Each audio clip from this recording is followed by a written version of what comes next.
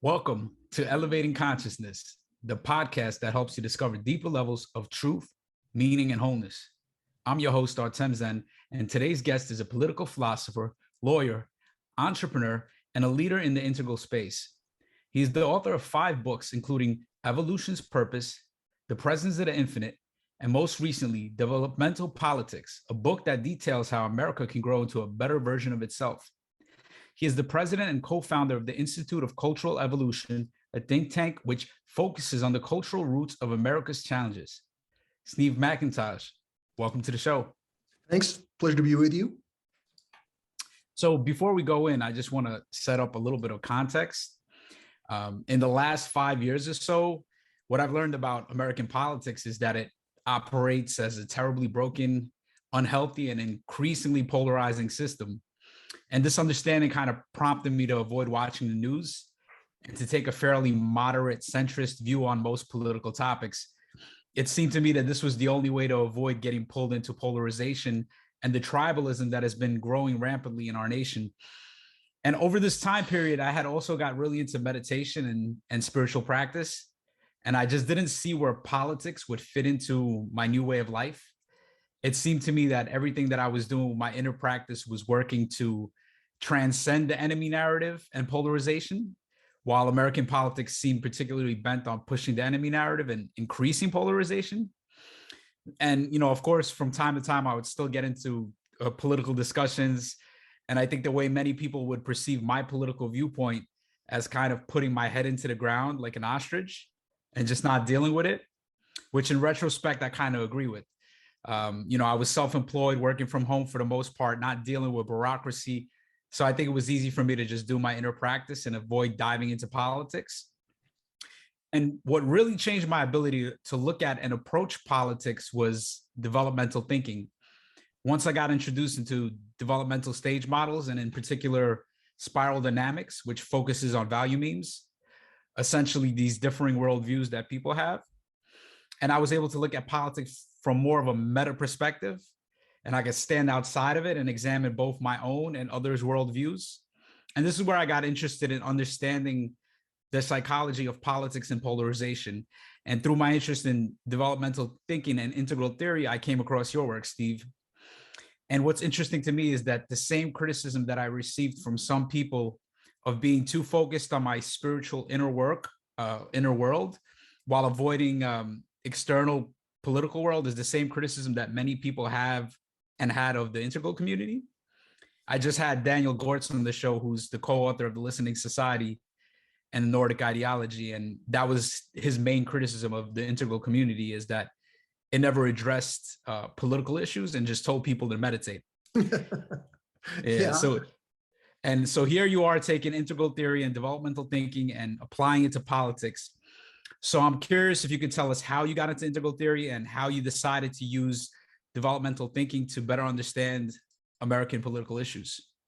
Sure. Well, the short story of how I came into this movement for developmental the developmental perspective was at an early age, right? As soon as I became an adolescent, 12 or 13.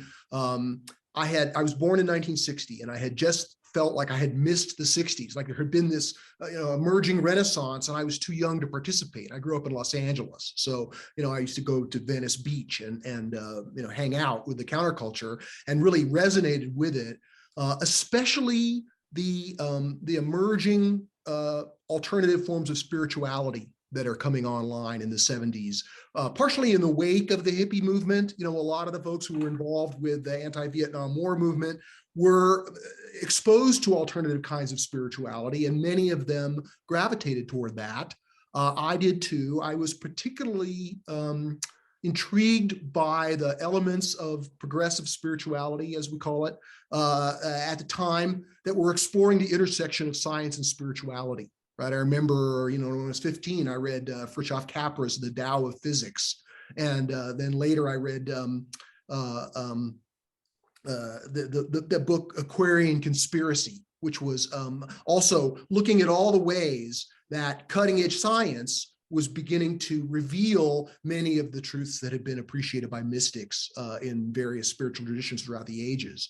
And so this really became my identity in the 70s as a person who was dedicated to spiritual experience and spiritual practice. But when I got to be about 18 or 19, I realized that I felt a call to try to make a contribution to the world, and felt as though being a counterculturalist was limiting me. I needed to get some kind of establishment credentials and some economic power. I mean, I grew up with just an only child of a single mother, who worked as a secretary. So we just lived in a small apartment in LA. But I felt as though I had a gift to give. And so I was kind of exploring that and trying to pay attention to where my passion was pointing, is, I guess, a good way to put it. So then in the 80s, I went to business school, I went to law school, I did a brief stint practicing law in San Francisco, then I worked as a corporate executive. Eventually, I realized that I wanted to be an entrepreneur, create my own business, but I didn't want to just do business for business's sake. I wanted to use my business experience and my contacts to try to make a contribution to what in the 90s really felt like a spiritual renaissance. That is, there was a fluorescence in American culture and elsewhere in the world, in the developed world primarily, of a huge interest in alternative forms of spirituality, right? And while there were many cults or magical thinking, there was plenty of dross involved with progressive spirituality. There was also a lot of very beautiful expressions of deep wisdom. And it really felt like a cultural movement, that there was at the time, New Age, right, which has now become a term of derision. But at the time, New Age spirituality was something everyone was willing to identify with, at least in my circles. And it ballooned up and to become the largest category of books, dwarfing every other category, like bigger than novels, bigger than politics, bigger than self-help. The New Age category of books was huge. And thousands of boutique New Age bookstores opened in cities and towns across America. And these bookstores, although they mainly sold books, they were also community gathering centers where teachers would come or meditation practice would occur. And I felt very hopeful about this movement, that it was the spiritual renaissance that I had sort of been attracted to, which the 60s didn't deliver. So I started a business to try to make artistic expressions of the cultural renaissance, in the same way that every period of cultural fluorescence has had an art movement that goes with it, right? Whether it's the Renaissance or classical music and the Enlightenment, or even smaller periods like Art Nouveau or Art Deco, I felt that there was emerging an aesthetic, a beautiful expression that would personify the feeling of this spiritual renaissance. So I created a company the explicit tagline was cultural artifacts of the spiritual renaissance. And I invented a variety of products, and several of them were pretty big sellers, and the company was doing well. But by about 1999, I started to become disenchanted with the New Age movement. It seemed as though the more intellectually sophisticated and spiritually deep elements were being kind of surpassed and overtaken by the more magical or commercial elements, the magical thinking. I just realized that this was not the spiritual renaissance that I had been led to believe, although certainly, many good things came out of it nonetheless. But at the time, we were really trying to get our arms around what this was, what this cultural expression was, right? So calling it a spiritual renaissance is nice, but that didn't really, that was sort of idealistic. And then in 1995, Paul Ray, who is a PhD sociologist, got a grant from the Fetzer Institute and the Institute for Noetic Sciences to do a reasonably rigorous sociological study of this New Age movement, this countercultural movement. And he published his findings in the newsletter of the Institute for Noetic Sciences in 1995, where he coined the term cultural creatives to describe, he said there's three major cultures in America: the traditionals, the moderns, and the cultural creatives. And Paul Ray, of course, was himself a cultural creative, so he glorified, that culture, and it was sort of, new, holistic, sensitive. All the good things were well identified, but of course, he didn't recognize any pathologies, and he could be forgiven because it was 95.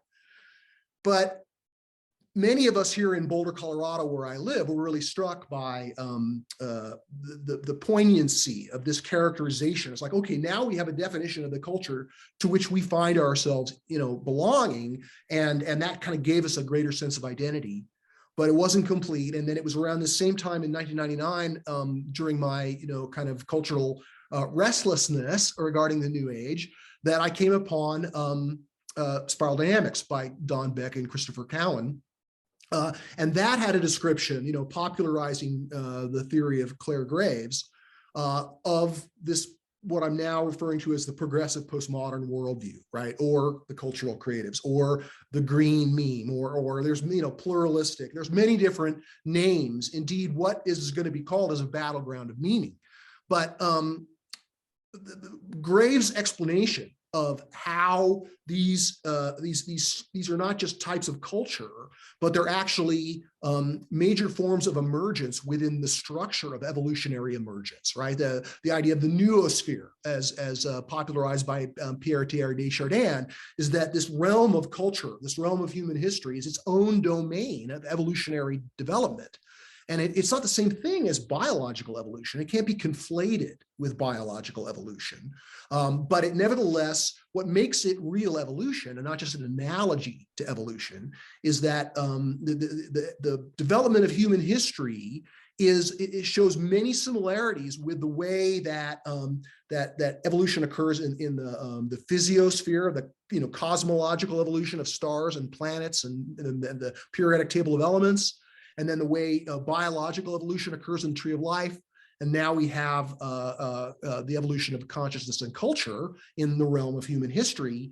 And what ties all these various kinds of evolution together, even though they use different methods, right? So the cosmological evolution is just kind of energy and entropy interacting. Biological evolution is, primarily as a result of natural selection. But cultural evolution is different. It uses a different method of advance because it depends upon humans trying to improve their conditions. Right. And sometimes the attempt to improve the human condition makes things worse. So it's not just an upward escalator to the good, but nevertheless, since the last 40,000 years, at least, humans have been trying to make their conditions more comfortable and more rewarding and more satisfying. And this has resulted in the development of human society. And there's plenty of negatives that come along with that, right? Many people have made their career out of trying to debunk the idea of progress in culture and claiming that, we're worse off as humans. I argue against that and reject that interpretation. But again, regression is always possible. It's not a deterministic kind of evolution. It's not an automatic kind of evolution. It's the evolution of based on people trying to work to make things better.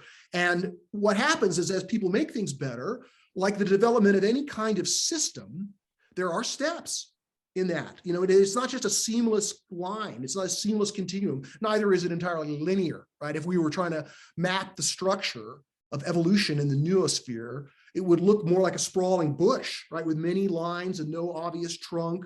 But one of the things that developmental psychologists, really ever since James Mark Baldwin, right, at the turn of the 20th century, Clare Graves, the founder of Spiral Dynamics, is in the lineage of developmental psychologists. His big mentor was Abraham Maslow, who had a kind of a different take. Anyway, developmental psychologists have been mapping this structure of the evolution of consciousness and culture, and they found that indeed there are some elements of the structure, right? That regardless of the sprawling bush, when we look carefully, we can see that there are major phases of human history, and that they're remarkably similar in different parts of the world, even though each culture is unique. There's other ways in which you can see the characteristics of a level or stage of development marking the course of human history. And human history, it doesn't all evolve at the same rate, right? There are some people who live in the Amazon rainforest who live in conditions that are the same as they were 100,000 years ago. Whereas other people in the world live, in liberal democracies where they have relative freedom. Other people are sort of in between in totalitarian countries where they have a significantly less freedom. There's all kinds of ways we might evaluate or otherwise chart the development of human history. And again, it's not linear, it's complex. So it's hard to cover all the bases in a podcast like this, right? Nevertheless, I began to recognize that this worldview, this kind of culture that was charted by Graves more accurately than ever before, really did open my eyes to the fact that there was this larger structure. And my calling that I had felt since I was 12 years old to participate in some kind of renaissance, some kind of emergence of culture, was detailed and explained with an amazing clarity, right? And so I realized that in 1999, when I discovered spiral dynamics, that this was the calling that I had been feeling since I was 12 years old. And I began to write and contribute and try to participate in this widely spread out movement now. It's not, a tight movement where everyone agrees. It's more like an intellectual community where there's lots of different people working in the same space, but we have different takes on not the basics. We're in agreement about that, but we definitely have differences, like you might find in an academic department, in a university, like a philosophy department, for example. Anyway, my particular attraction to it led me to study it deeply, read many of the sources that I had originally seen referenced in some Ken Wilber books and in the spiral dynamics books, became friends and integrated to a degree into the movement.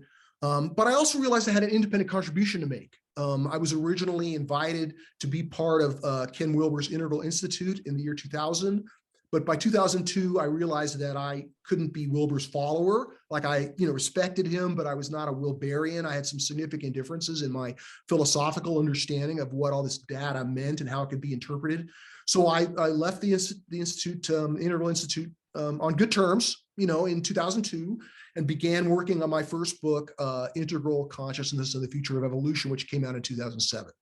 And you mentioned some of my other books that I've been working on, but I was originally drawn into this partially from the culture of progressive spirituality, and so were many other people, right? Ken Wilber's audience was primarily progressive people, especially the progressive spirituality. So there's a deep root in this thinking in progressive spirituality. And although many of us have, our own personal journeys, come to the point where we have our own eclectic view of spirituality, I can talk about that a little bit more, but in 2012, after working on this, after kind of really at that point, I was deep into it and kind of dedicated my life to it, stepped down from my business and decided to devote myself full-time to writing and working within this movement. That Carter Phipps, another author and friend of mine in this movement, the two of us realized that the most immediate and needed application of this developmental way of thinking was to American politics. We were specifically drawn into that conclusion because of our concern about climate change and how, of course, in 2007, Al Gore and his movie Inconvenient Truth had really awakened American culture to the significant threat of climate change. And then in 2011, after the recession, there were 3 or 4 well-funded startup right-wing think tanks, which started to strategically cast doubt on climate change, try to debunk climate change. And, there were some slip-ups in terms of the academics in England trying to fudge the data to make it seem more urgent. So there was plenty of ammunition for their debunking. And it was around this time, 2011, that polls in the United States showing support for climate change dropped more than 20 points. One of the most precipitous declines in poll numbers on a major political issue ever recorded. And we thought, wow, if these boutique think tanks can significantly reduce political will for climate change, then perhaps we can make a contribution with our own boutique think tank to try to, combat that or work to help people appreciate that climate change is something that we should all get behind ameliorating. So we decided to found the Institute for Cultural Evolution with a focus on America's culture war primarily because by this time, by 2012, the issue of climate change had become a kind of a political football. Now, it's continued in that trend so that now it's almost a litmus test for where you are politically. And I could explain why that is, at least from our perspective. But We started working on climate change. We worked on that for about a year and a half, and then we realized that part of the reason that climate change was stuck was that hyperpolarization, or the torn social fabric of American society was sort of upstream. That climate change was a victim of that sort of larger and more fundamental political problem. And so in 2014, we changed the focus of the think tank to work on hyperpolarization. And that it's its own story where we've come since 2013 when we incorporated it as a nonprofit. But that's kind of the work of the think tank over those years led to me writing the political book, Developmental Politics, which was published in 2020.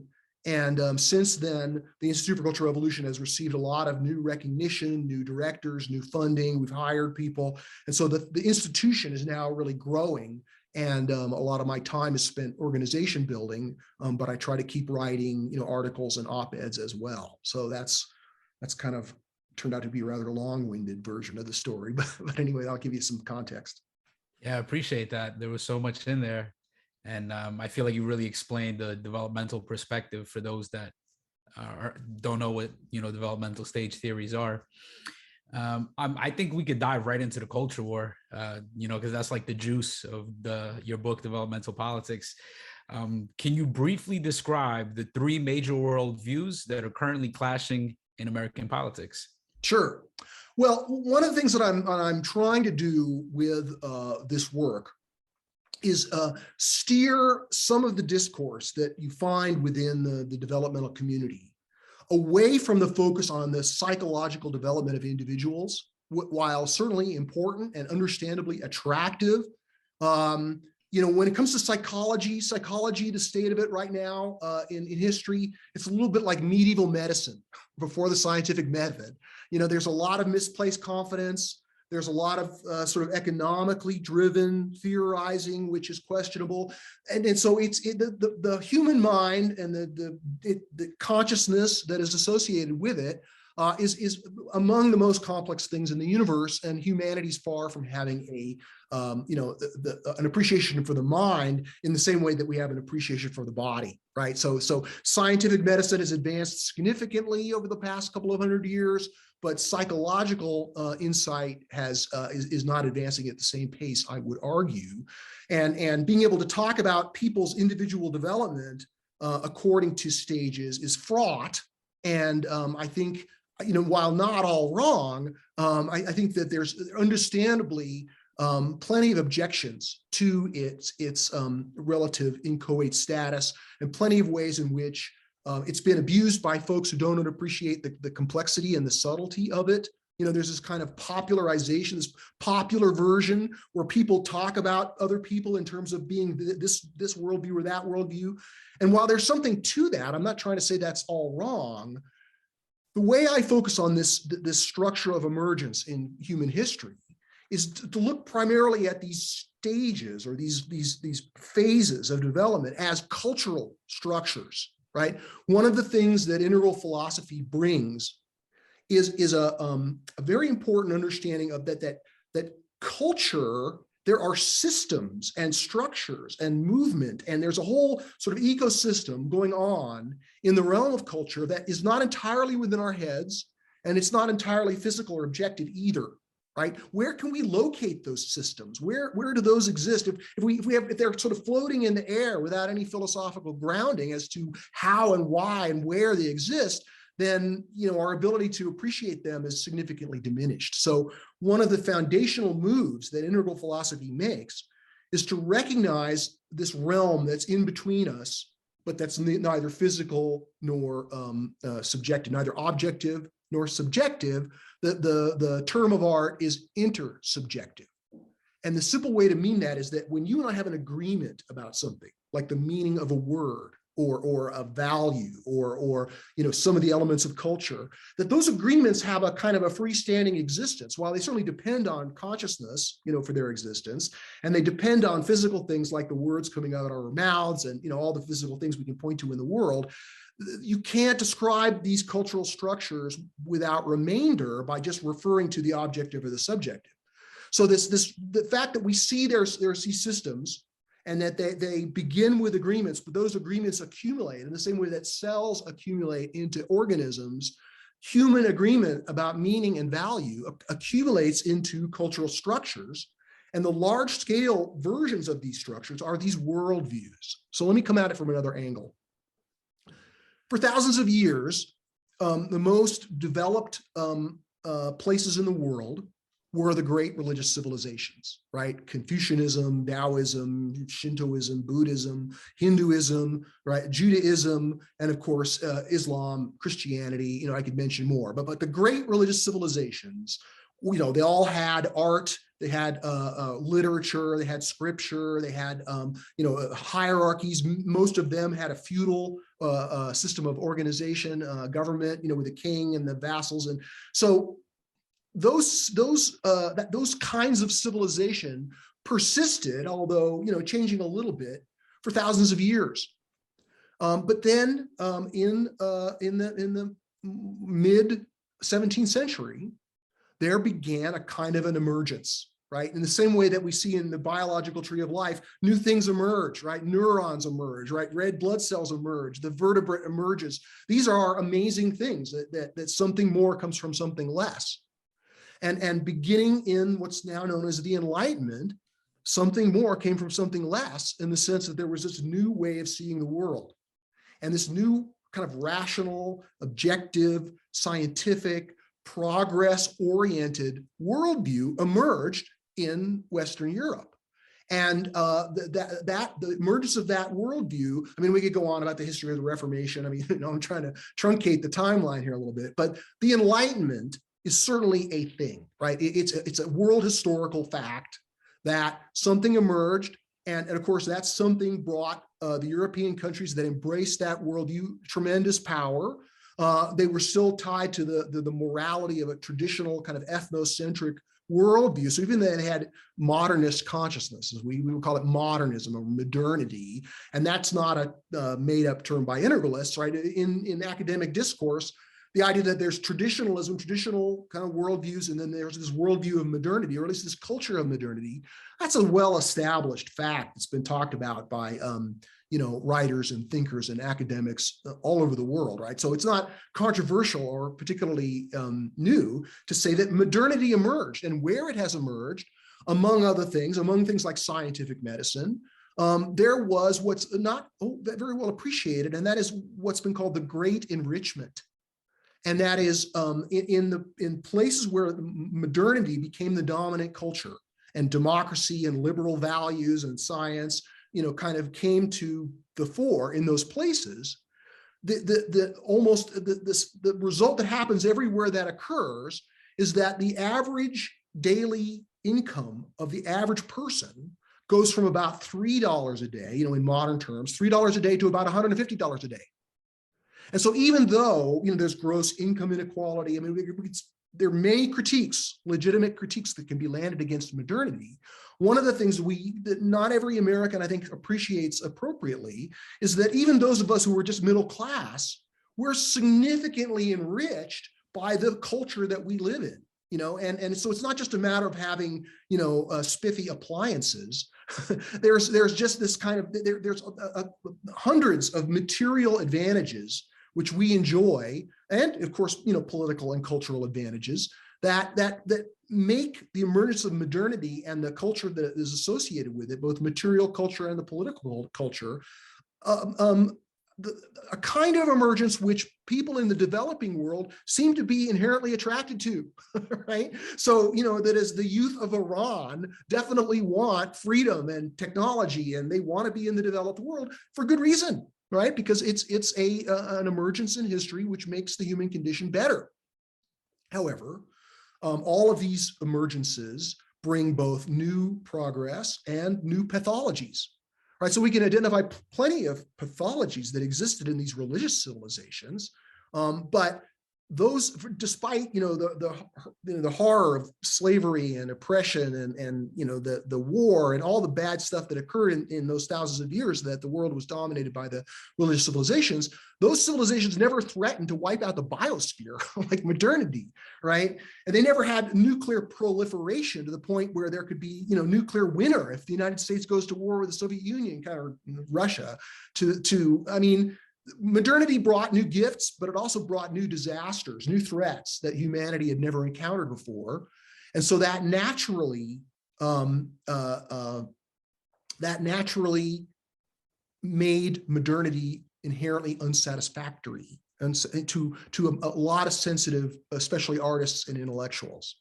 And even back in the 19th century, what historians call the revolt of the artists and intellectuals, that modernity, after it sort of started to gain ground and make its way in the developed world, that many began to take a dim view of it, right, for legitimate reasons. And these critics of modernity, among the things that were manifesting in their critique was that, at least the religious civilizations had a clear sense of transcendence, a clear sense of what the meaning of life was and what was more important than self-interest, right? And they defined it in various ways, but that was also, the sense of transcendence or spiritual growth or the good, the true, and the beautiful, however we want to frame that. That sense of transcendence was fundamental. It was the glue that held those civilizations together. And so by breaking out of that, right, in the Enlightenment, some of it was smooth, some of it was violent and radical. But by pushing off against and rejecting this earlier level of civilization, modernity also emphasized the individual. The liberal sovereignty of the individual is one of its strengths. But the same strengths that these worldviews have also become the source of their pathologies. So in the same way that modernity emphasized individual liberation and upward mobility and all the things that it stands for in terms of its value set, it really lacked a sense of transcendence, right? People would become rich and get all the status and material that they want, and they would look around and say, "Is this all there is? There's got to be more meaning, to life than simply modernity's view of the good life." And so all this evolutionary discontent was bubbling up for decades, and then, of course, in the 60s, it emerges as a kind of the artists and intellectuals' discontent becomes democratized, in the hippie movement, and the middle class youth of America embrace this alternative, this counterculture, and that emerged powerfully in the 60s, and it's continued. What we now call the progressive postmodern worldview, or progressivism for short, as the media is now starting to try to identify it. The understanding that this is a worldview. The worldview concept is so important because if we're going to ask what culture is, as I argue in Developmental Politics, worldviews are the basic units of culture. Before there were just religions, right? But when modernity emerges, we have to ask, well, what is that? Because if you just try to take piecemeal pieces of it, if you just have the technology without the liberal values, you get pseudo-modernity, which is extremely dangerous, like Nazi Germany or World War II Japan, right? That they have the technology, but they still have this kind of ethnocentric totalitarian political structure. So modernity is something you can pick and choose from. It's a worldview that has a coherent set of values, and it's by entering into, by participating in the structures of agreement which make up this worldview, that people get the kind of consciousness that leads to new power, new ability, new economic opportunity that makes things better, at least materially, in these developed countries. So when we understand that modernity is a worldview, then we can see, oh, well, these other religious civilizations, they can be understood as worldviews too, right? Even though there's multiple traditionalisms, because there's multiple religions, there's a singular modernity, and so I argue, because unlike religions, which are based on the scripture, which differ, the truth for modernity is based on science, which is universal, right? So you don't have Japanese science and Swedish science, right? You have modern science. And that's why modernity is kind of unified, at least at a level of broad scale agreement. Once we have these two worldviews in place, we can see progressivism as its own worldview, right? A distinct worldview, certainly not as big, certainly not as old, but it's an emergence which can be compared to the emergence of modernity and the Enlightenment, or the emergence of the ancient religious civilizations in the axial age. So now we have the three worldviews online, and we can begin to see why we have a culture war. I can explain that, but let you get a word in edgewise here and see how I'm doing. Yeah, I really like what you said about traditionalism having different religions, and then modernity having one religion, science. Like, that's the religion that I grew up with. And it just makes me think, like, well, postmodernism maybe has no religion. It's just like there is no religion, or the religion has now been masked as something else. There's another element that you speak about in the book that's really interesting, is that American politics can no longer be understood in terms of left and right. So you say that most people that are on the right, people on the right are traditionalists, and most people that are postmodernism on the left, but then the center is now modernity is now kind of divided.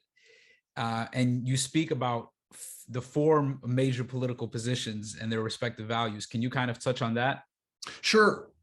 Okay, so starting where I just left off regarding this structure of emergence, one of the things that Claire Graves, the founder of Spiral Dynamics, was extremely insightful about was his recognition in this pattern of worldview emergence that the pattern was evincing a dialectical development.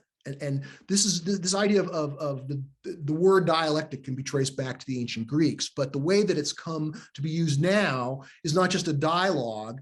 It involves a tension, a developmental tension between two phases of development. And this was discussed in the evolutionary philosophy of Fichte and Hegel and the early idealists.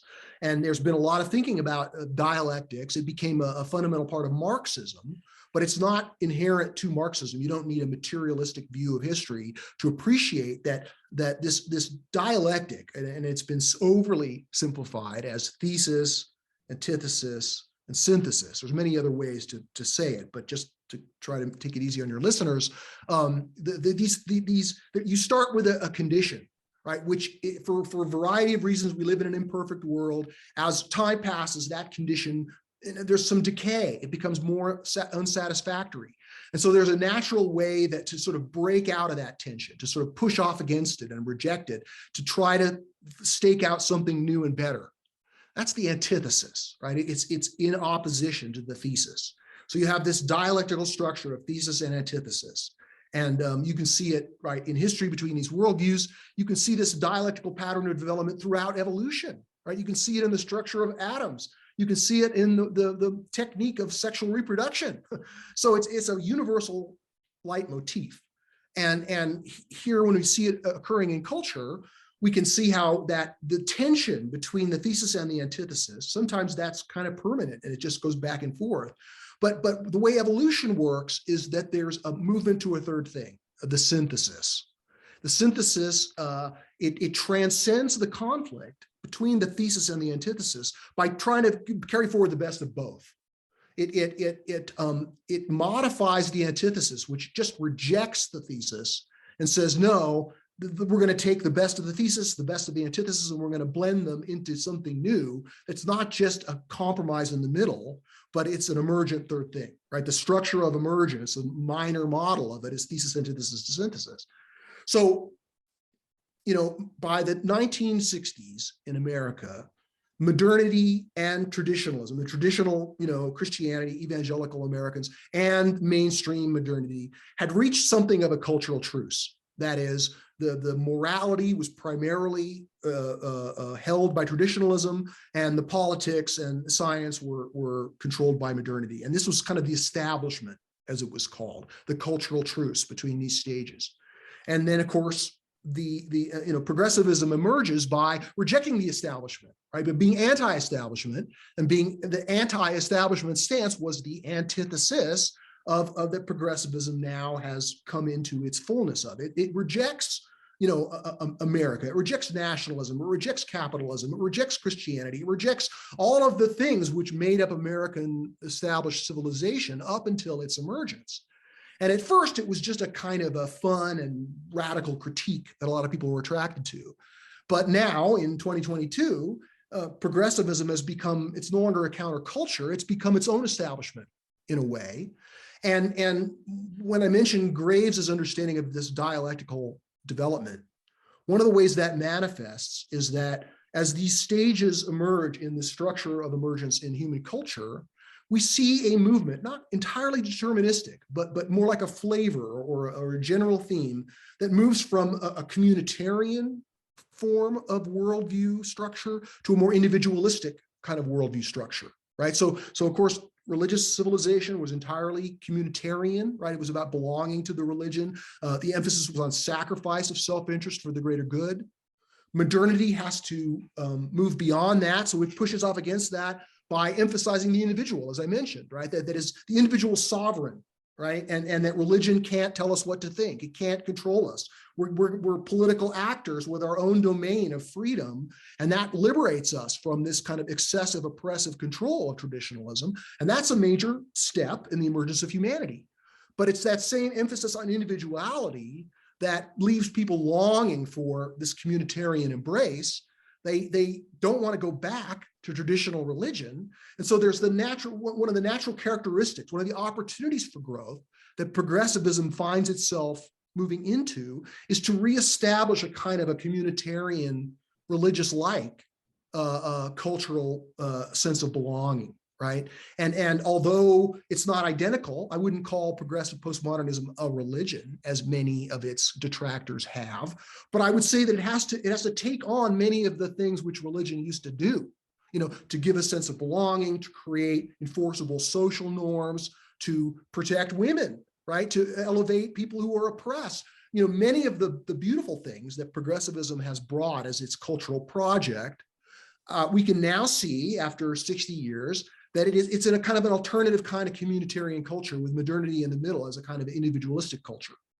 And so these communitarian forms of culture, they are characterized by strong moral systems, right? So Christianity, Judeo-Christian traditionalism in the United States had, of course, was a strong moral system with its own morality.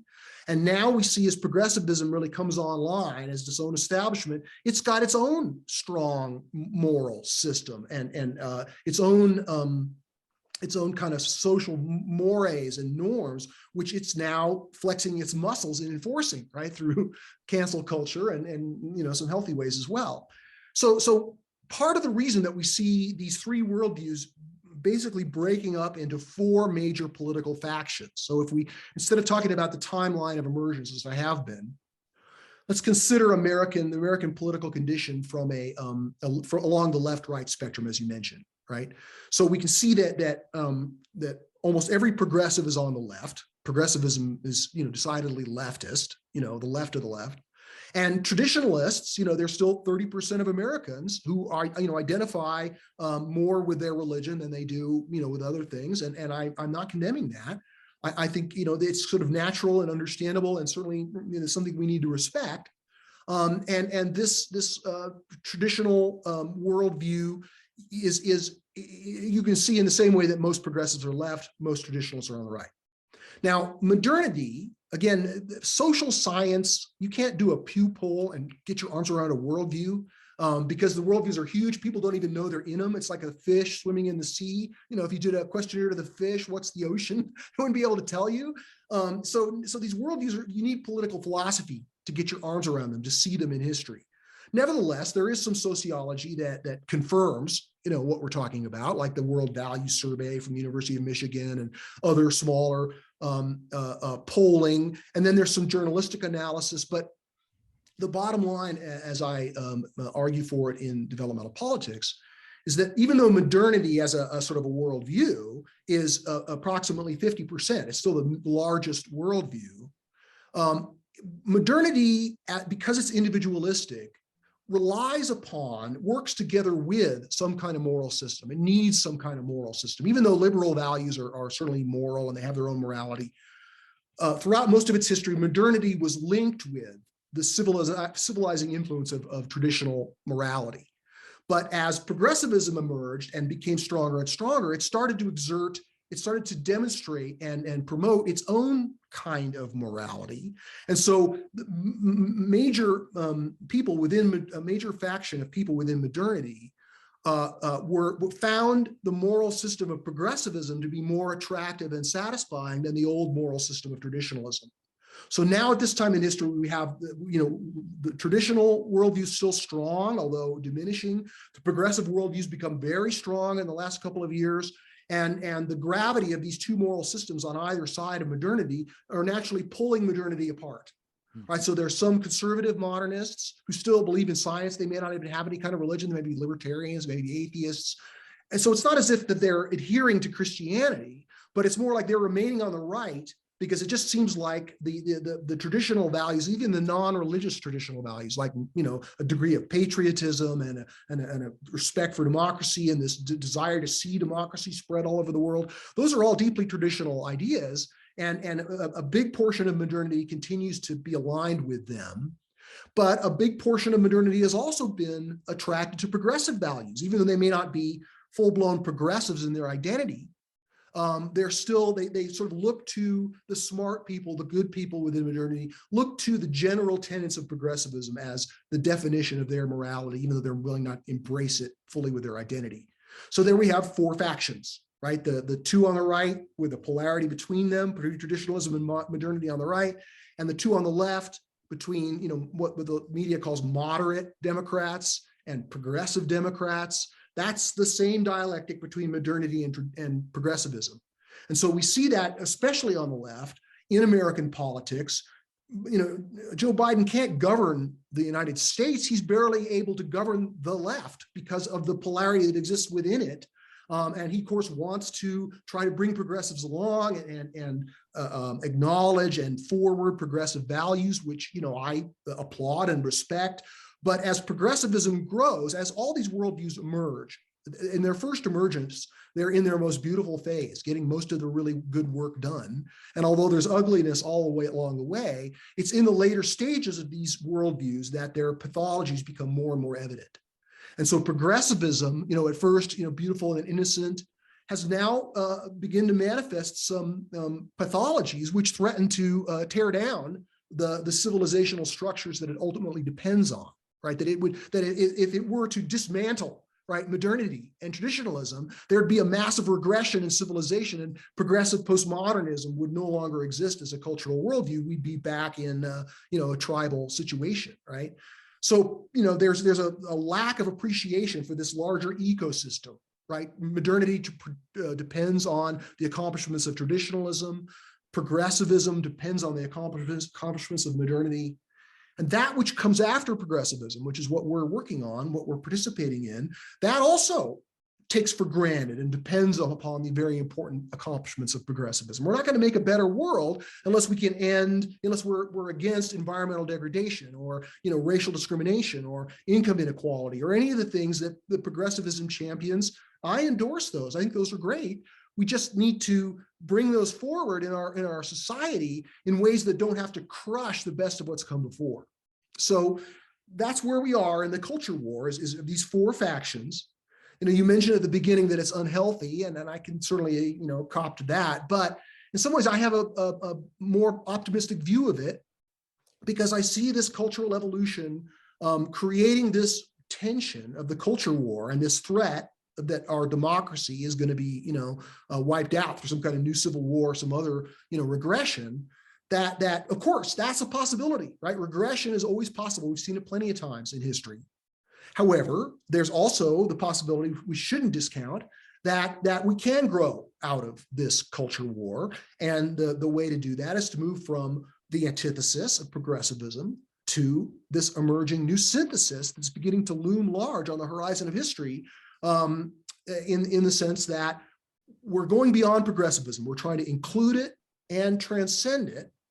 And the most immediate way we can claim to have transcended it is that we can, in this integral post-progressive developmental worldview, can include, it's more inclusive. We can appreciate traditionalism. We can appreciate modernity and progressivism and hold them all together in one larger synthesis where we can see how they actually can work together. We can see it in ways that the people who inhabit these worldviews who are within them can't, right? They see each other as the enemy, or they see each other only for their pathologies. So the political method that we use to help bring about this synthesis in our understanding and our thinking, and hopefully this larger synthesis in our culture, is in the book, what I argue for in detail is values integration. Or another way of putting about it is cultural intelligence, right? So in the same way that emotional intelligence is kind of a personal practice, a kind of a leadership skill, as we're defining it, not as business consultants define it, but as this developmental way of describing it is as the ability to see every one of these worldviews from outside, right? You're not trapped in your own worldview, even though you might have a preference for one of these worldviews. You're able to step outside and see that your worldview has pathologies in the same way that the other worldviews that you're arrayed against do. And this cultural intelligence can also see how every one of these worldviews has extremely positive values that are going to be necessary if we're going to build a better world. So traditionalism has dignities and disasters, right? It has, and I mentioned these in the book, of course, sexism, racism, homophobia, ethnocentrism, jingoism, all of these things we could lay at the feet of traditionalism, which are the relics of history, which continue. But traditionalism also has these really beautiful values too, like a sense of family commitment, family loyalty, this deep sense of right and wrong, right? Even though, not all traditionalists live up to it, this basic sense of right and wrong, which is the best of the religious civilizations, that's a value we're going to need carrying. We can't just eliminate traditionalism and expect that the civilization won't be negatively impacted, right? Same with modernity. It's got these negative externalities, right? Pollution and, income inequality. We certainly, I think that your viewers will be well acquainted with the pathologies of modernity. But of course, modernity also has this sense of freedom, these liberal values, this scientific perspective, all of these things that are really important. We're going to need those. So we want to be able to say we're rejecting modernity's negative externalities, but we're going to affirm and carry forward its good parts. Same with progressivism. I can mention the negatives. This idea that we need to dismantle all systems. That America is irredeemably racist and that our society is rotten to the core and that it's based on horrendous oppression and it needs to be sort of overthrown. That impulse, that revolutionary impulse, it may be good for building political will and giving people a sense of belonging, but it's highly dangerous because if it were to completely gain control of the society, it doesn't appreciate this larger ecosystem and then the need to be very careful with the fragile ecology of cultural evolution that we now benefit from. And the main reason why I'm optimistic is that when you think about evolution as a whole, again, I explained why I think cultural evolution is real evolution. And I explained the dialectical pattern that can be seen in every domain of evolution. Another way of understanding the way this dialectical form of development works is by a differentiation followed by a higher level of integration, right? That's Herbert Spencer, even before Darwin in the 1850s, described evolution in exactly those terms, differentiation and integration. And so what we're seeing now is the differentiation, right? We have these three major cultures that are battling it out. And again, that could lead to a regression, but it also points to the potential for a higher level of integration, which is this synthesis, this cultural synthesis that I'm talking about. And the potential for that to emerge is actually very strong. I mean, in other words, the negative life conditions of the culture war, the threat to our democracy are certainly negative, but they could be highly productive of further evolution, right? They're creating the evolutionary restlessness. They're pointing out why progressive postmodernism as a culture is not the end of history. That in some ways it's not really qualified to govern because they don't appreciate, again, modernity. They're just against it. They're just in this mode of antithesis, which is evolutionarily appropriate, right? That's the opportunity they had to grow beyond modernity. That was an important step, indispensable. But now we have this opportunity to go the next step And again, that's not going to be the end of history either, but it will hopefully become a kind of cultural awareness, a kind of practice of cultural intelligence that can help people appreciate how these worldviews, despite their competition and despite their animosity toward one another, that they're actually interdependent, and that we need all of them, at least the best of all of them. And so that's one way of talking about how this developmental thinking points to politics. I'll say one more thing, and that is that the hyperpolarization, think about it, people think about it in terms of Washington, D.C., at least they used to. They would say that, oh, Americans are mostly, they're not left and right. They're not roiled by the culture war. They've been artificially sorted by the Democratic and Republican parties who want to see competition because it serves their interests. But if politicians, would just stop behaving badly and start representing the people and acting for the good of the country, then we could get past all that, right? That was the thinking on it 10 years ago, that everybody, it was a happy story, good news story that people wanted to believe. But, after the election of Donald Trump, that story kind of got shot down, because clearly there is a culture war, and it's not artificially created by the parties.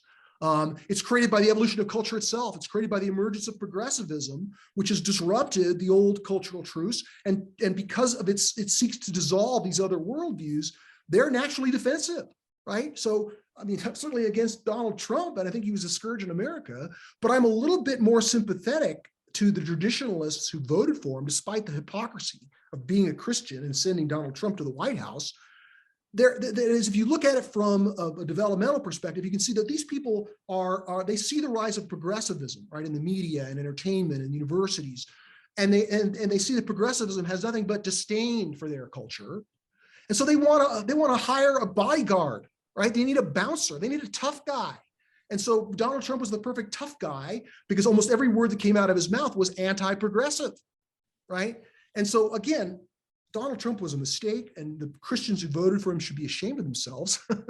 Nevertheless, I think that being able to understand the forces that these larger competitions between the traditional religious, moral system and the progressive moral system, and how, they're seemingly incompatible, and they're in this kind of, they don't want to meet in the middle. They want to crush each other, right? That is, progressivism wants to eliminate Christianity, right? Christianity thinks nothing but ill of progressivism, right? So again, if we look at it from a developmental perspective, we can see, okay, well, this is what's in a sense supposed to be happening. This is the natural course of evolution. And although it's threatening, I'm not trying to diminish that or say everything's fine, but I'm saying that this turmoil that we're in is highly, it's a condition which can bring about further evolution. And that's why it's so exciting to be involved in the work that I'm in, because even though we're still obscure, right, even though the mainstream's not paying attention to us at this point, we really do feel that something comes after progressivism. The logic is simple, right? It emerged, something comes, it's not the end. What is that thing? What could be better, right? What could be more sensitive and inclusive and loving than progressivism? Well, something that can include modernity and traditionalism in a way that progressivism can't.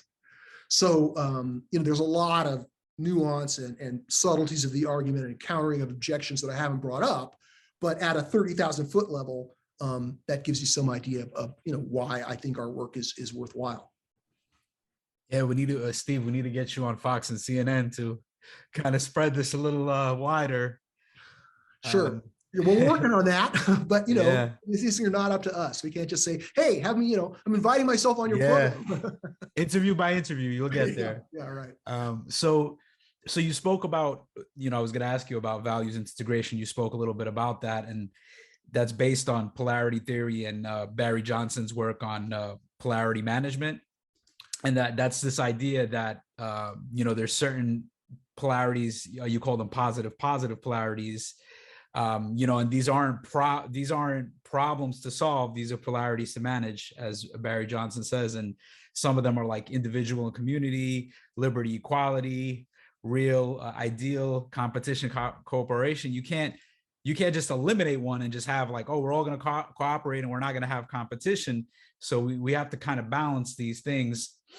I'm really curious of using this process of values integration and polarity management, if we could like do it live to apply to a specific political issue that's ongoing right now, and how this value integration would look.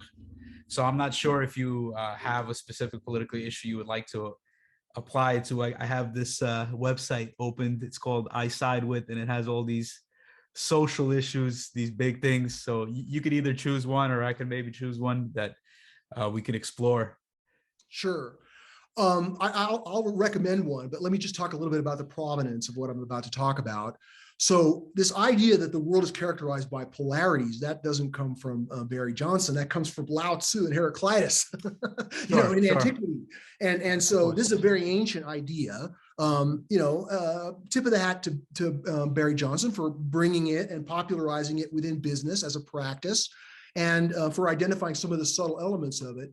But and there's many other academics who've been working in this field as well. So this idea of polarities is a subset of this larger dialectical pattern of development that I mentioned, right? Thesis and antithesis. That's another, the way it's described by Hegel and the idealists was any identity and difference is a dialectical relationship. But there are certain subset of overall dialectical relationships which have a unique characteristic, and that is particularly values and things that create value are almost always associated with a polar pair, right? So you mentioned liberty and equality, right? And that's a good one to apply to a live situation, because if we think about, for example, the movement for equality, both income inequality, to try to bring people more into equality, and the movement for racial equality, both of which I endorse, very important, right? We want greater racial equality in America. We want greater income, because it's undemocratic to have super rich people and then, people who are homeless, right? So these are our political goals, which I share. But it's important to see that when you have, for example, the polarity of liberty and equality, the principle is that liberty and equality are both value-creating propositions or ideals, right? We want a society that has relative equality. We want a society that has relative liberty. But these polarities are joined in the sense that they're interdependent. They're interdependent in a variety of ways, which we could unpack, for an entire hour. But one simple way of talking about it is that when you have a value polarity that ultimately is a system, where the value of one pole is its value creating capacity is partially governed by the other pole, in the sense that the way the poles work together ideally is that they have a relationship of challenge and support, right? So that they're not trying to eliminate each other, but they're not the same as each other. They're in tension with each other. And that degree of tension, it's a mutually moderating back and forth relationship. So for example, with liberty, if we were just to say liberty is our main value, we're not going to care about equality, then we'd have some Ayn Rand world, some kind of libertarian world where we had all kinds of liberty, but there was gross inequality, and there was, the people were falling through the cracks, and it was kind of a dog-eat-dog civilization that only the most doctrinaire ideologue would be interested in. So the way that the value, but liberty as a value is, of course, huge. It's the foundation of America. So liberty is important, but if you let it go all the way, then it creates pathology. It needs this, say, well, we need equality too. Equality's got to challenge unrestrained liberty and say, you have rights, but you also have responsibilities. Same with liberty. Same with equality. If we were to say equality is our only value, and that the individual is only a cell, right, as George Orwell parodied it, right? So in other words, that the collective is what's most important. The individual doesn't matter. And that what we have to do is we have to socially engineer the collective so that we make it like we want it. And the only way we can do that is just, crush people's liberty, force them to do what we tell them to do, like basically what happened in the religious civilizations, right? Their emphasis was on equality, and there was a significant lack of liberty. That's why modernity championed liberty. But ultimately, you can only take liberty so far. You can only take equality so far. So when it comes to, for example, income inequality, you need to approach it with recognizing that the value that you're after is to have some combination of liberty and equality. So we want income inequality, but we don't want to, it would be, I would say, a disaster if we confiscated everyone's wealth and redistributed it equally. Not only would that significantly impoverish, the United States, but it wouldn't be long before the people who, were redistributed basically built up the inequality again. because the inequality, some of it is based on personal drive and ambition and talent and intelligence and, many factors that are, God-given, and many factors that are environmental.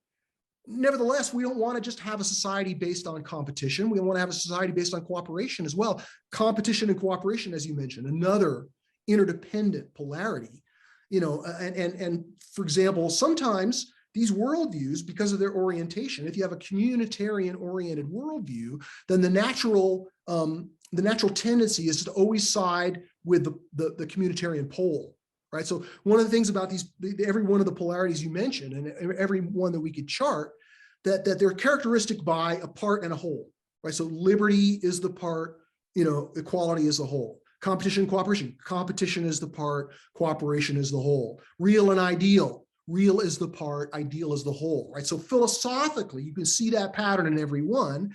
And the trend is that folks who are in an individualistic worldview side with the part, and those who are in a communitarian worldview side with the whole. It's natural, it's understandable, but with this understanding of development and its patterns and its physics, if you will, the physics of values, we can begin to appreciate that if our goal is equality, if our preferred worldview is progressive, and so the equality is more important to us than liberty, it's very important to nevertheless keep in mind that equality taken to its extremes will be pathological. It will be totalitarian. It will be tyrannical. It will wipe out liberty. And so that's part of what this kind of political philosophy can do to activists who are working for equality. It can make them more effective by helping them appreciate that if they give the nod to liberty and recognize that their own activism should be constrained by a respect for liberty and an awareness of the pathologies of equality taken too far as a value, that can make them more effective, not just in terms of their strategy, but in terms of their persuasiveness, in terms of their rhetoric, right? Modernists will feel more attracted to progressivism if they don't feel as though its end game is totalitarianism, that instead of equality of opportunity, that the goal is equality of outcome, which can only be force fit, right? You can only get a quality of outcome if you eliminate liberty, if you eliminate individual, differences. So, those are examples. I mean, again, we could get into, more detail about that, but just for purposes of the podcast, that gives you a basic idea of how an awareness of the physics of value, an awareness of your political activism to make the world more valuable, ultimately can benefit from a political philosophy, can appreciate what value is and how it works to improve the human condition. Yeah, that's beautiful how you unpacked all that. And that was actually, because I read your book in a lot of detail, but the part in the whole, the way you broke it down into how they separate like that, I didn't quite pick up on that. So there's a cosmic dimension to that I can talk about if you want. Yeah, for sure. What else would you like to share about that? The part. Okay, sure. Well, okay, so your blog is positioned, at least partially with an eye towards spirituality.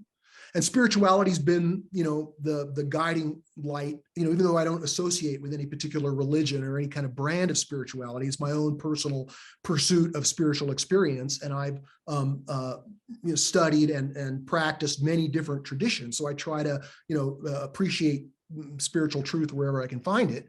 But in my 2012 book, Evolution's Purpose, I kind of examined what the science of evolution has revealed and recognize that it's kind of properly interpreted as spiritual teaching in its own right?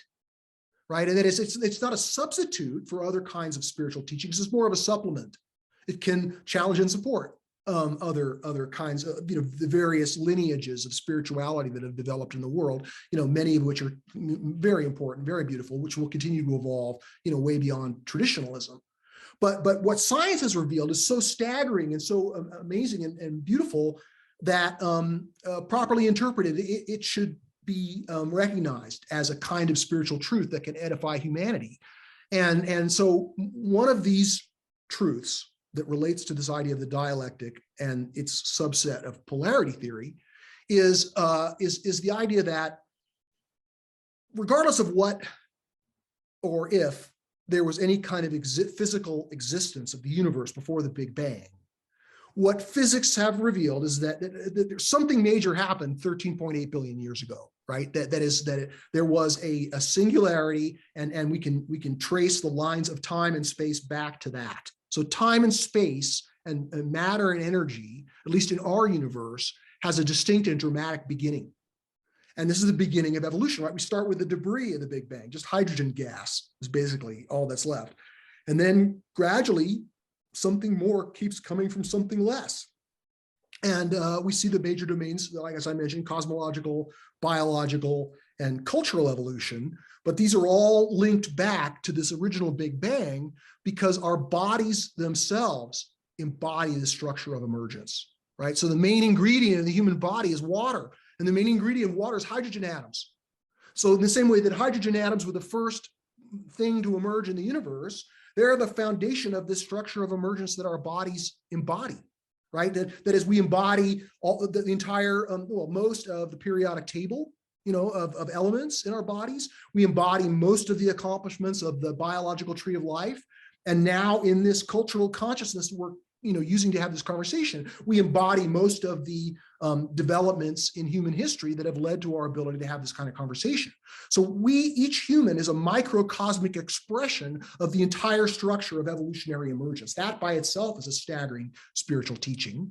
But where it begins to lead is that we live in this finite universe of time and space, but we have spiritual experiences. And when we do, especially the most intense kinds of spiritual experiences, it's almost like the finite universe is becoming thin, and that there's something beyond it, something that is the center and the circumference. I refer to it as many ways, but the infinite, at least in kind of pseudoscientific terms, is a way of talking about it. So we have the finite and the infinite. The infinite, is always existed, but within this infinite universe, this bubble of finite time and space appear, right? So regardless of what the relationship is between the finite and the infinite, I think that many spiritual traditions and also many, scientific cosmologists are willing to say that the finite and the infinite is at least part of the way we can understand the universe. And so if we understand these domains, ontologically, or in terms of their being, we can begin to imagine that the universe itself, the giant big picture, the totality, right? The totality exists necessarily. So what is that totality? Well, our human minds don't have an ability to get our arms around it, in any kind of comprehensive way. But at this point in history, we might be able to begin to say that at least one way of thinking about the totality is infinite and finite. And if we have infinite and finite as at least a starting point, or as a premise, which we'll get smarter about, but at least as a placeholder for what we're trying to understand, we can begin to see that, look, there's that polarity, part and whole. That the infinite, of course, is a whole, and the universe of time and space became a part of that larger whole 13.8 billion years ago. And so if you think about the thesis as the infinite, and time and space as the antithesis, the thesis is the infinite, the finite is the antithesis. So the thesis and the antithesis. And as those interact, as evolution occurs within the finite, and humans like us emerge, and probably similar creatures throughout the universe, who can begin to sense that there's a greater purpose, at least we have a purpose, right? Whether there's a purpose of evolution, there's certainly purpose in evolution because we all have it and use it to get up in the morning. So the infinite and the finite, that's the big picture. And so it would be understandable if that same gigantic structure was refracted throughout the universe in a kind of a self-similar fractal way, so that every instance of development is, in a sense, a model of this larger interaction of the infinite and the finite. So if the infinite is the thesis and the finite is the antithesis, then evolution itself is a synthesis. Evolution is reintegrating the finite and the infinite, step by step, life by life, human spiritual experience by spiritual experience. And so when we have a spiritual experience, we experience the presence of the infinite, at least fleetingly and momentarily, as we, as much as our human capacity can enact. And it's that very experience of the infinite, spiritual experience itself, especially when we understand spiritual experience to include experiences of the beautiful, the true, and the good, right? The most intrinsic values, then that's what raises consciousness. This is the final chapter of my 2015 book, Presence of the Infinite, is that if we begin to understand spiritual experience as the thing which throughout history has served to help people emerge into new kinds of consciousness, right? It's the new truth, the new beauty, and the new goodness of these emerging kinds of culture that attract people to it, like a higher octave of the beautiful, the true, and the good. So again, this is all very abstract and cosmic, but when I see this pattern of thesis, antithesis, and synthesis, and when I see it expressed in polarities and the way the development is integration or synthesis, then I can begin to appreciate how these are tiny little microcosmic models of the large big picture, right? The elegance of the fractal nature of the universe and how it develops fractally in that way. It's mind blowing. It's sort of, it's like it sort of takes your breath away. It gives you a sense of cosmic vertigo. But nevertheless, I think it's extremely powerful because it begins to point to some of the depths and beauty of evolution understood as a spiritual teaching. Yeah, I'm really glad that you shared more about this. I'm trying to soak all of it in, the thesis, antithesis, and synthesis, and connecting that to the finite, the infinite, and evolution. I'm actually reading a book right now by David Deutsch. It's called The Beginning of Infinite, and it's like a science book, but some of the things he talks about, it's like very mind-blowing. So you get this. Yeah, he's a great thinker. Yeah, a bit much of a materialist for me, but no, yeah, that's what I kept as I'm reading it. I'm like, he sounds like a materialist, but I'm like, what he's saying is kind of profound. So I'm like Googling. I'm like, is he a materialist? And I'm like trying to figure it out reading his book. But I also get that sense. But there is something there that's in his writing that's valuable. That also like, it's like you could be a materialist and you're still. You still embody spirituality, whether you realize it or not. And I think that comes through in his work. I think a good, we're getting kind of short on time, but this is a good way to segment from spiritual experience and the infinite. So the psychologist Abraham Maslow spoke about transcendence as being the highest human need. Yet I think his research showed that not everyone comes to recognize or embody this need, because it's like this highest need. And you write in your book that in order to be widely inclusive and politically compelling, the aspirational ideal of transcendence we require must be recognizable not only in peak experiences or mystical epiphanies, but also in the ordinary realities of our everyday lives. So can you speak a little bit on the need and the importance of transcendence, and as well as how can more people come to recognize that transcendence is a genuine need?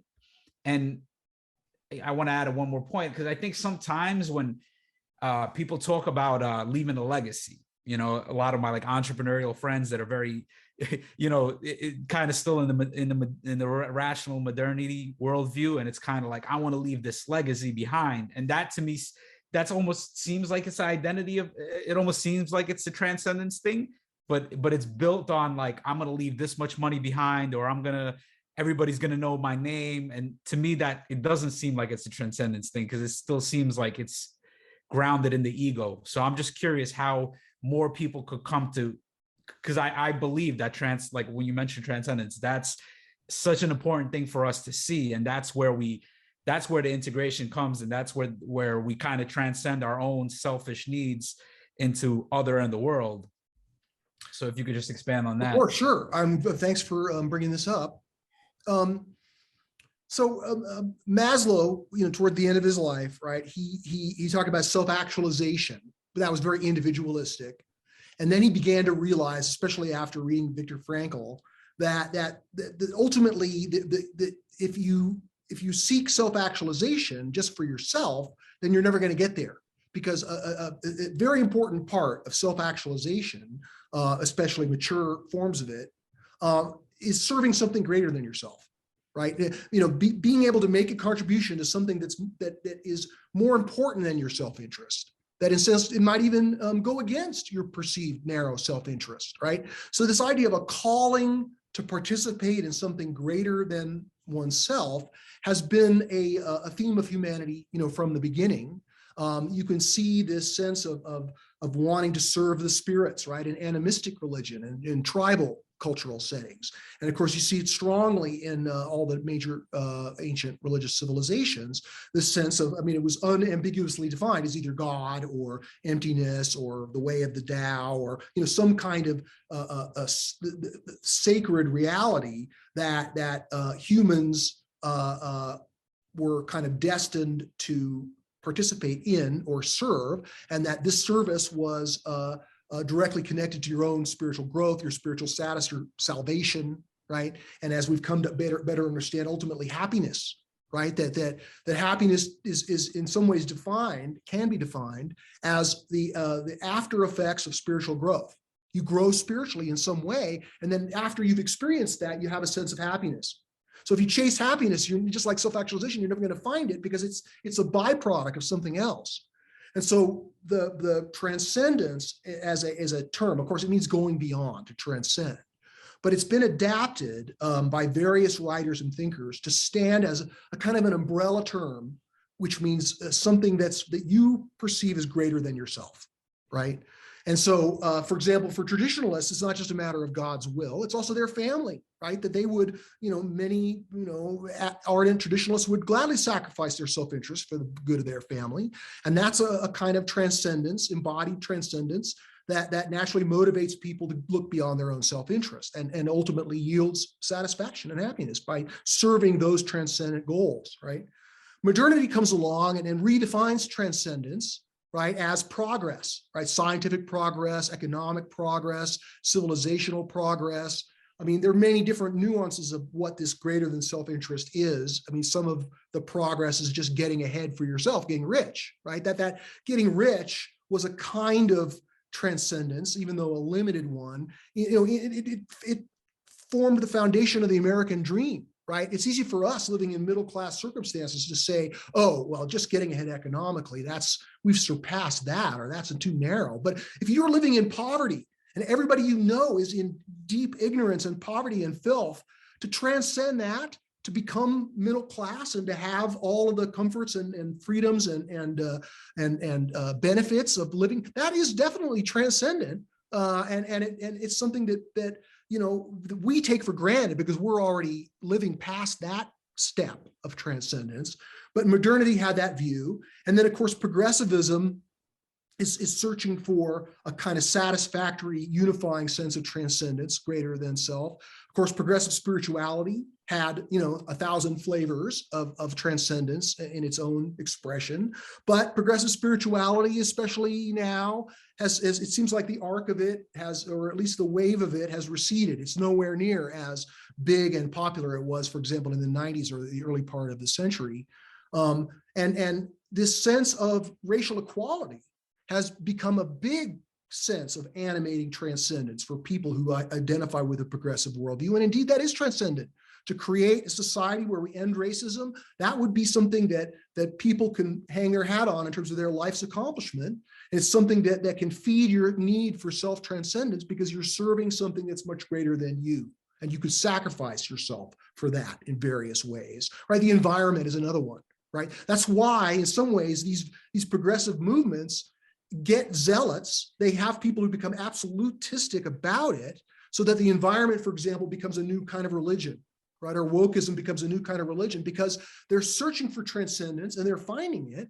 But these forms of transcendence are still new. They're still inchoate. They're still, they can be easily hijacked by, ethnocentric levels, or they can be, there's mixed transcendence, for example, in the movement for racial equality, right? Part of it is about having a more equal world and ending racism. Completely beautiful. I fully resonate with that sense of transcendence. But there's other elements of it that are, identity politics, for example, is the transcendence of revenge, the transcendence of retribution, right? That feels juicy too. And if you feel wounded or feel like your entire people have been victimized for centuries, then there is a sort of, excitement in your heart that can come from this sense of revenge. It animated humanity for thousands of years.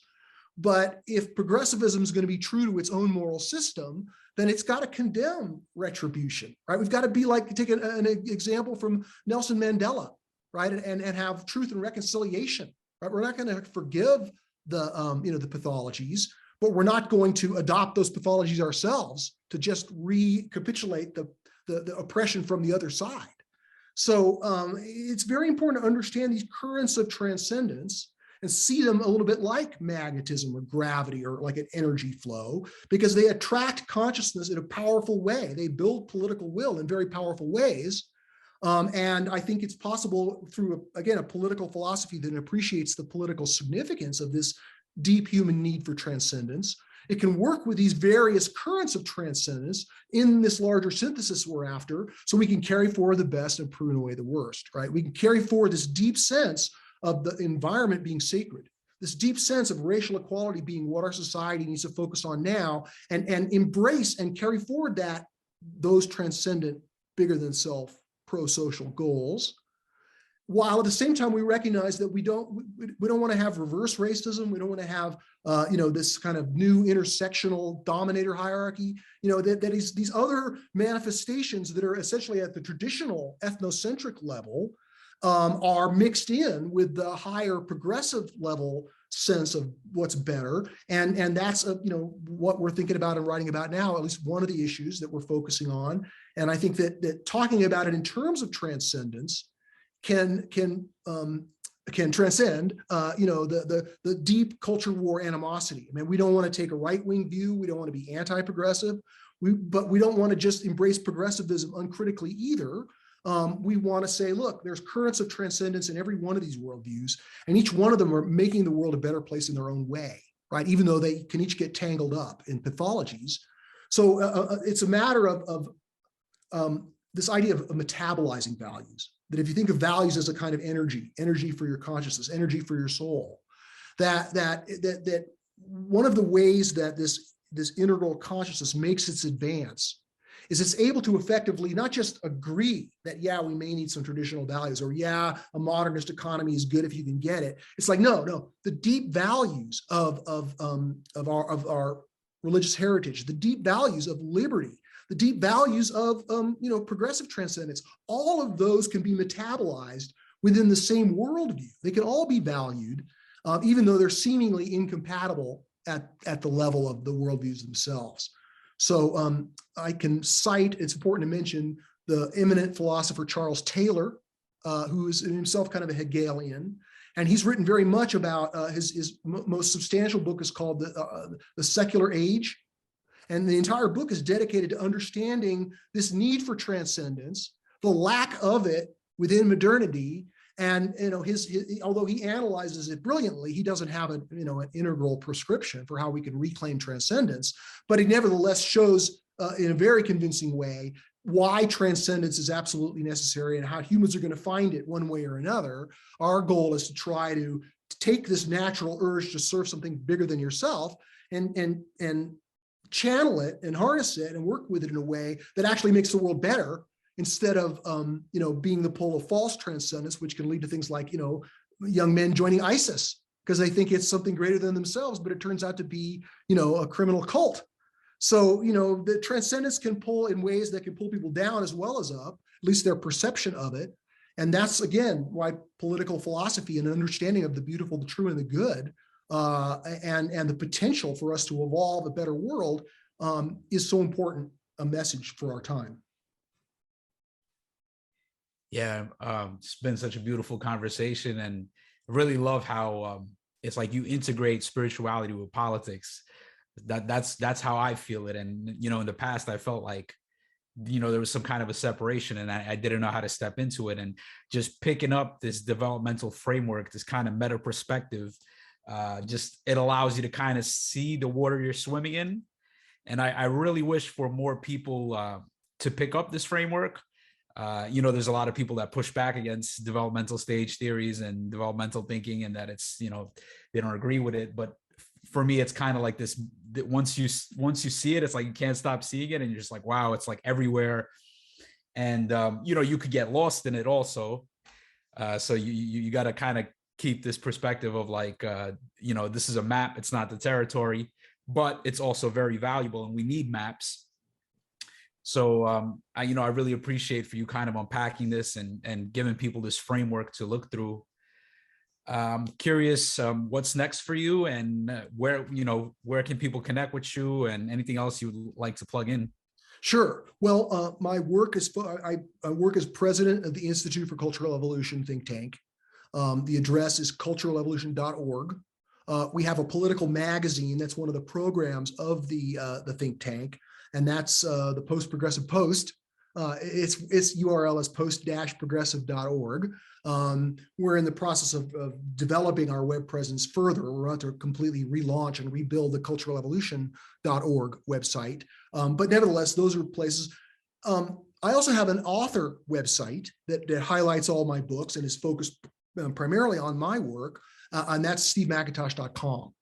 So people can see those are the three main websites I can point them to, and they cross-link, of course. What's next is continuing to build this think tank to attract resources, new supporters, to build a bigger audience, to help the mainstream media appreciate who we are and our message, to gain credibility and visibility. And that involves building the organization in lots of ways. I mean, I'm working with Josh Leonard, who's the executive director of the Institute for Cultural Evolution, and he's a very capable executive. We're working together to do all kinds of different programs within the think tank, and to build it. It's still relatively small. It's still a boutique think tank. We need a much larger budget to do the kind of things we want to do. So I'm continuing to write. I'm continuing to work on the organization and build it, and I'm continuing to try to raise money for the think tank. Steve, I just want to appreciate you for your work, for elevating consciousness, and for coming on the podcast and sharing your wisdom. And it's been a beautiful conversation. I look forward to following your work and seeing what unfolds, and for these ideas to spread and to gain more recognition and precedence. Well, thanks very much, Artem. I really want to tell you how insightful your questions were. And how I feel a great affinity. You get it. You have integral consciousness, and I just want to thank you for making this media. For sure. Thanks a lot, Steve. Okay. Looking forward to talking again. All right. We will.